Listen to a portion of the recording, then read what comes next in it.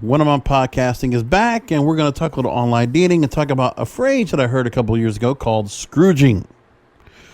For myself, when it comes to Christmas time, I am a bit of a Scrooge. Like, I just listened to a countdown show on the radio from the UK on BBC Sounds, the official charts top 40 countdown. I was listening through it, and today on the chart, they had 14 Christmas songs, and even in the UK, they have their own particular Christmas songs that might be a little bit over the top and annoying.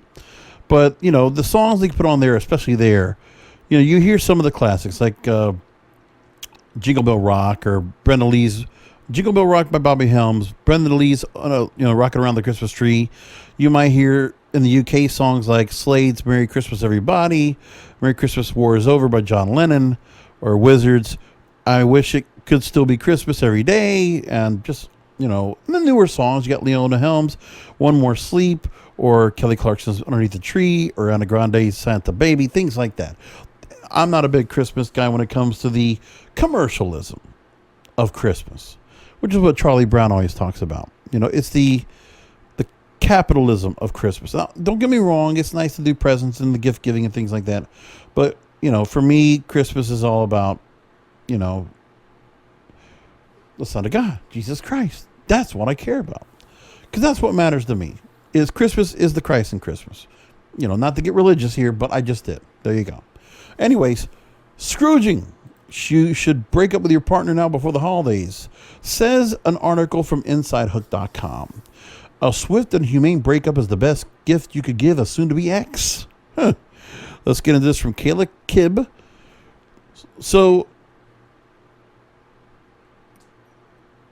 the idea is you have so many shopping days left in 2020, or when you hear this episode, if you're hearing it before Christmas, you don't know. You might go back to this. You never know. So, she says that there's that person you've been thinking about breaking up with. Yes, I know about that. And guess what? Somewhere in their heart of hearts, that person probably knows too. Remember, cuffing season. And we talked about cuffing season on a previous episode. So the idea is, what if cuffing season happened? If you didn't listen to it, go listen to it, okay? Please. Now, cuffing season is when you hook up with somebody prior to the holidays because you want to go ahead and have somebody to go and celebrate with. Women, you find a guy to hook up with for Thanksgiving, Christmas, New Year's, and Valentine's Day. And sometimes you dump them after that. But that is cuffing season. And also when it gets cold outside. That's kind of the idea. So in this story, Kayla proceeds and says, like debates over peppermint mochas and versus gingerbread lattes, and whether eggnog is gross or the nectar of the gods, I don't care about any of that stuff. Again, the drinks of Christmas don't make a difference to me. The music of Christmas is a little too much. Like, you want to torture me? You know, make me watch Hallmark Channel 24/7, okay? I'm not going to do it. Pass. No. Or doesn't Freeform do 25 days of Christmas or something like that? Somebody does that. Anyways. And I only got so many movies of Christmas that I actually watch that are enjoyable for Christmas. Like Bad Santa, or Die Hard, or Home Alone. If I only can watch it once. Maybe Christmas Vacation, but I've watched that so many times. And, you know, things like that. You know, it's like, yeah. Something like that. On the one hand, you don't want to ruin your ex-to-be's Christmas. But on the other, do you really want to shell out for an extra present? Just kidding. I'm willing to believe most people who put off an inevitable breakup until after the holidays do so with good intentions. That said, I'm also a firm believer that no good can come of delaying a breakup. The point is, if you want to break up, you break up. You just, you know, it's, I understand. I mean, if it's somebody you've been with for a long time, that's really what, you know, Kayla should actually be making a point of, is that if you're dating, if it's cuffing season, yeah, pull the trigger now. Sure. But you're talking about somebody that's been with for a long time. Now, in this, she says that there's always going to be some excuse not to pull the trigger now. Another holiday, birthday, personal tragedy, or global crisis is always around the corner. And the longer you wait, the easier it's going to be to talk yourself out of doing it at all. And that's how people end up in unhappy marriages. Correct, ma'am. That is true. Because that is what they do. It's like, what are you going to do? It's like, it's just too much. You know, you're putting undue pressure on yourself and undue stress.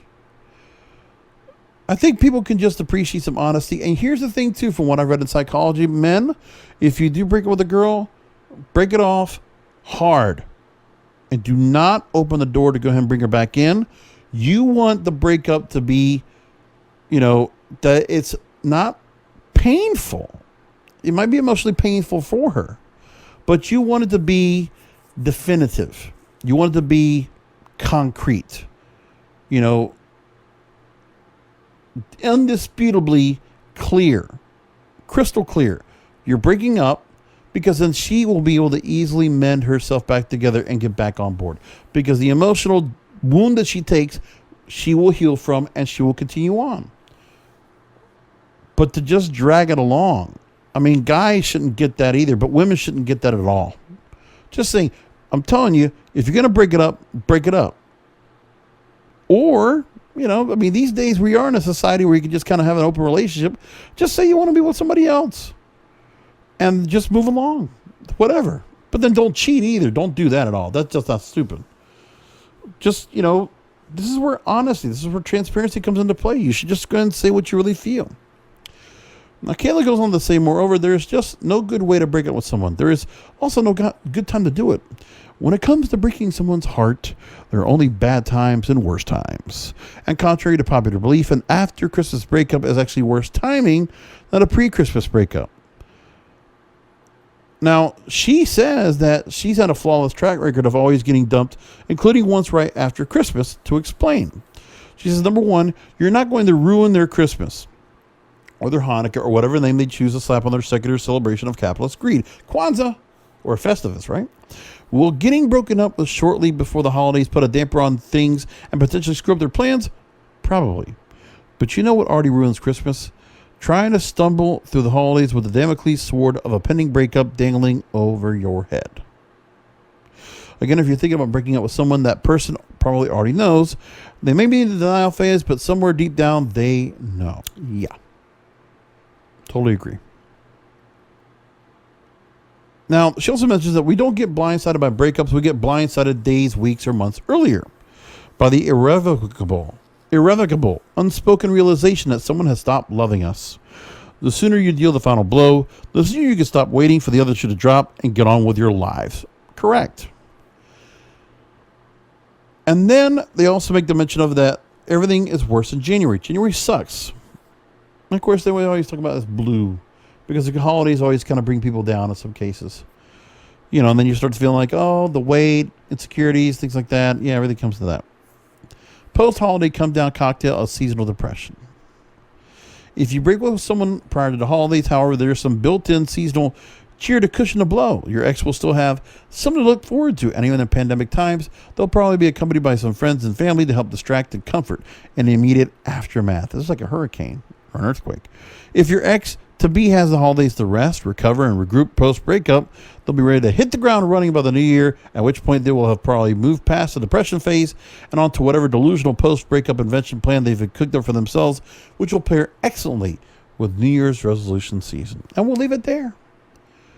But again, remember, this just goes across the board. If you're going to break up, you just break it up. But you also want to make sure that you do want to break it up. But if you're already thinking about breaking it up, then you're probably making the decision that is the right one. Again, if you feel like it's just not going to work, then it probably just won't. And why pause? Why delay the inevitable? And I'll leave you with that thought. And I will talk to you next time.